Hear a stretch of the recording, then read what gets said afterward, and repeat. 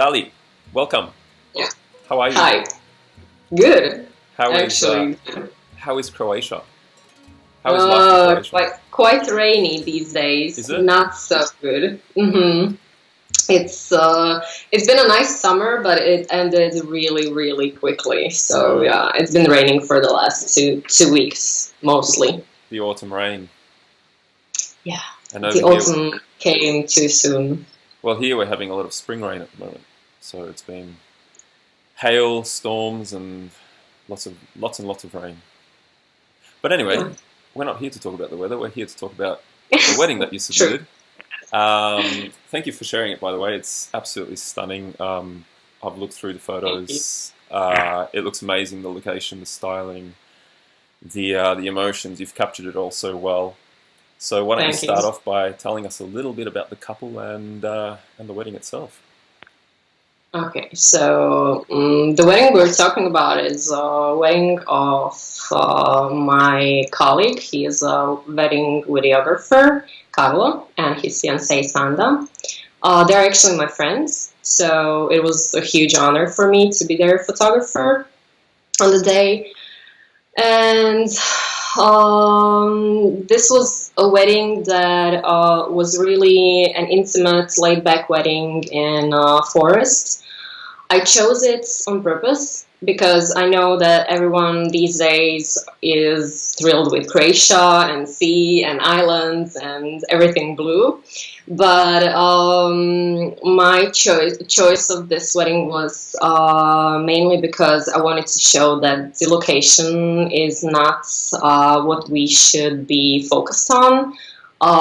This is not primarily why we're here. Our job is because of the people. So I chose a wedding which was, me personally, I love it because these are friends. It was wonderful. It was a beautiful location, but it could be anywhere in the world. It could be a forest in the middle of Poland or wherever, so it doesn't matter where it is. So this is mainly about where it took place and about the couple. Oh, and there is one more thing that I really wanted to say, even though it's kind of personal, so I really hope they will not kill me for saying it. But they are together for a long time, and they decided to get married once they find a place they like. So they did not have like a formal proposal or a date or something, but they knew if they find something they like, they will just get married. Okay. And it happened so spontaneously. They find it by chance, and this is not a wedding venue. It's just like a cabin in the mountains in forest, which a guy rents. So it's not like something spectacularly known or something like the best wedding venue in Croatia. But for me, it was a surprise because it was a proof that you can really make a beautiful wedding out of nothing. Just a nice location with, of course, you do have to have like electricity, water, and stuff like that. But it's doable. It's doable with a lot of effort, with a lot of work, with a lot of good planning. But it's really doable. Yeah. Well, it does look pretty amazing in the photos. So, but maybe that's just your skill. No, it was amazing. Yeah. So did you, because they're your friends, you said you know the couple quite well. Did you approach the wedding a little bit differently than you would any other clients? For me, it's always a bigger challenge to shoot a wedding of friends or colleagues, and I always have a feeling that I'm putting like 200% of myself in it. But I approach them the same way I approach each and every client I have. I always stand back. I never, I like to watch people from distance, so I never like to be like a lot of visible. I don't like to be in the middle of like what's going on, so I tend to just stay back, watch what's going on, and not interfere a lot with the actions of people. Sometimes I do interact, of course, mostly during the evening, or sometimes it's just a laid-back conversation with a couple or some guests, which is okay. But I don't want the focus to be on me. So mostly I get the comments of my clients like, "We never saw you. Where were you? Like we forgot that you were there." So this is me. Yeah, it's always a compliment when your client tells you that, isn't it? In a strange way. It's a good thing, because I never wanted to be one of those photographers with a flash in front of him and just in front of everyone and like killing it. Absolutely, yeah. So the location where you did your portraits, I guess since it was a log cabin in the middle of the forest, did you do much preparation for the locations, or did you just say, "Hey, let's go for a walk and see what we can come up with"? So this is kind of a different situation, because these are my friends, and this location was not that far from where I live. It's like half an hour with drive. So last year, when they decided to get married there, they took me to the location and I saw it. So I knew what I was dealing with, but I didn't do any preparations. I never do them. I base my decisions on the light, on available light, and this can change. So I never want to like pick one spot which I like at the moment, and then something can happen, like a cloudy day or super sunny day or whatever it can happen. I wait until the wedding day and then I decide. Mostly we just go for a walk, we talk, I ask them to enjoy just the silence and to just look at each other. It's mostly spontaneous. I don't like directing a lot. And this is something my couples know in front, because I talk to them a lot before the wedding, and I talk to them just so that they can know me, so they can know that I don't expect anything from them. The awkwardness is okay for me. It's okay to not feel good the first half an hour of the shooting, because no one is like, this is not their profession. They're not standing in front of the camera every day. So I'm just embracing whatever. Each couple is different, and you cannot expect that every couple will react the same way to some things. So I just wait out to see how they communicate between them and how they work, and I just help them if I see that they can't relax or something.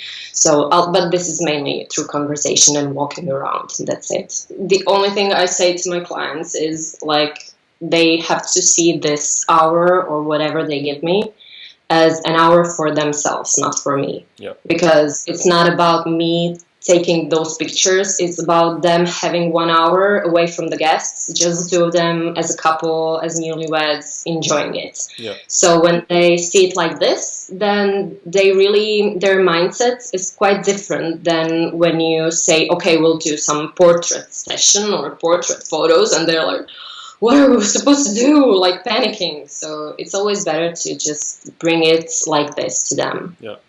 So when you finished this wedding,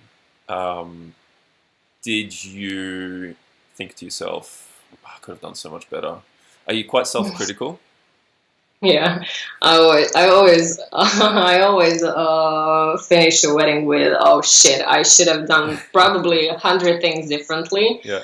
But the results are satisfying. Yeah. But I think that I've been a self-critic my whole life, even during college, during school, during everything I did.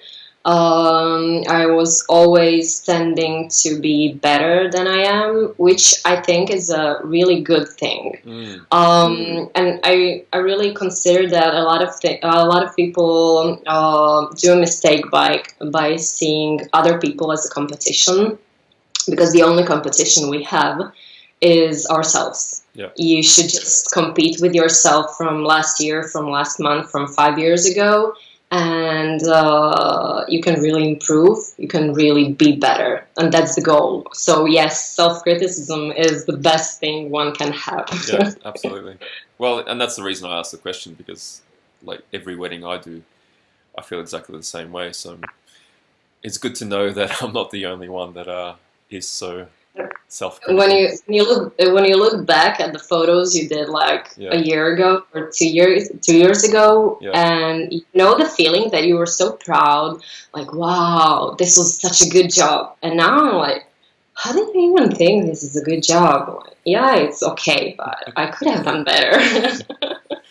Let's hope your clients from 1 year ago aren't listening to this interview. No, it's great. It was a great job. Yeah. But it is, you do feel a lot better once you've culled the wedding down to, you've curated it down to a nice story, you've done the editing. It's a good feeling. Then you become less self-critical. Yes.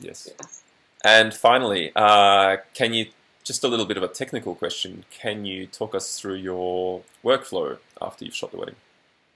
Yeah, I can, even though I'm probably the worst person for workflow. Even though I do have OCD for some kind of organizing things in my life. So yeah, I do have my workflow, but it's basic. I tend to get minimal around things because I don't really want to spend I don't know how many months on post-processing. So I've done everything to make my life more easier that way. So this is how I do it. It's very simple.